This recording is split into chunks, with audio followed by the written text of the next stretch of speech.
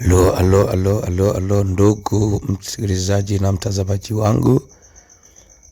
Nyumba hii inauzwa. Ni nyumba kubwa kabisa, iko vizuri. Nyumba hii inauzwa, iko Manispaa ya Morogoro. Hii ni kata ya Kionda Mbuyuni. Yani ni karibu kabisa na mjini, ni dakika chache mno. Nyumba hii inauzwa. Nyumba iko sehemu nzuri. Barabara inapita kwa mbele kabisa. Kwa kweli, kwa mawasiliano, wasiliana na namba hizo hapo. Kama unahitaji, wasiliane kwa namba hizo kwa maelezo zaidi. Upelekwe ukaone kabisa.